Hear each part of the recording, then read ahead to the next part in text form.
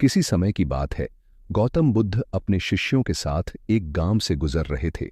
गांव के लोग बुद्ध के ज्ञान और करुणा की कहानियां सुनकर बहुत प्रभावित थे और उनके दर्शन की इच्छा रखते थे। एक दिन बुद्ध एक वृक्ष के नीचे ध्यानमग्न बैठे थे। उसी समय गांव के कुछ लोग उनके पास आए और कहने लगे, बुद्ध, हमारे गांव में एक महिला बहुत दुखी है।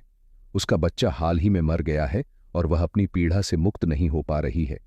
क्या आप उसकी मदद कर सकते हैं? बुद्ध ने धैर्यपूर्वक कहा, उसे मेरे पास लाओ। कुछ समय बाद गांव के लोग उस महिला को बुद्ध के पास ले आए।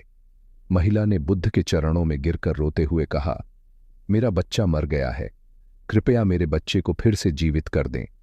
बुद्ध ने शांत स्वर में कहा, ठीक है, मैं तुम्हारे बच्चे को जीवित कर दूंगा, लेकिन पहले तुम एक काम करो।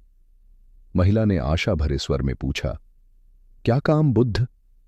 बुद्ध ने कहा, तुम गांव में जाकर एक ऐसा घर ढूंढो जहां कभी किसी की मृत्यु न हुई हो, और वहां से एक मुट्ठी सरसों के दाने ले आओ।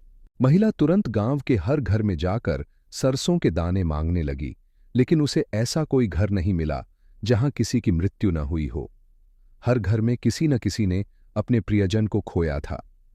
यह जानकर महिला को समझ आया कि मृत्यु जीवन का एक हिस्सा है और कोई भी इससे बच नहीं सकता।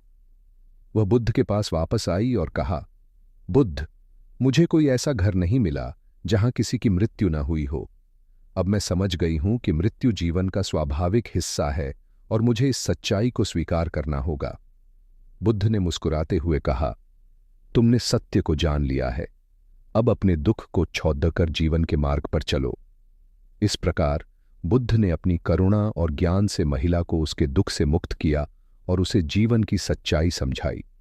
इस कहानी से हमें यह सीखने को मिलता है कि जीवन में दुख और मृत्यु स्वाभाविक हैं और हमें इन्हें स्वीकार करना चाहिए और आगे बढ़ना चाहिए।